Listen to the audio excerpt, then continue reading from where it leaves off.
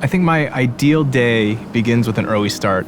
I like to get a jump on things, preparing for my adventures and or misadventures.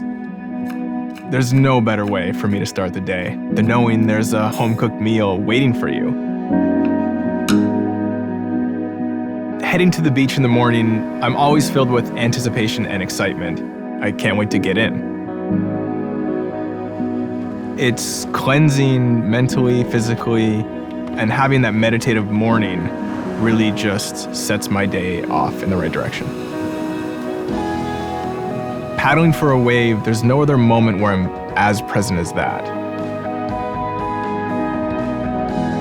Storytelling is a core of who I am as a creative. It might be a spark of inspiration for some cool visual idea that I had. When that inspiration hits, I become obsessed with tackling it, so I can visually bring this idea that I had to life. The longer I've been in LA, the more I've realized how important it is to take care of yourself. If I'm able to find a balance between health, fitness, mental clarity, like everything else I'm doing in my life functions better, and I think Crock-Pot is a huge part of it.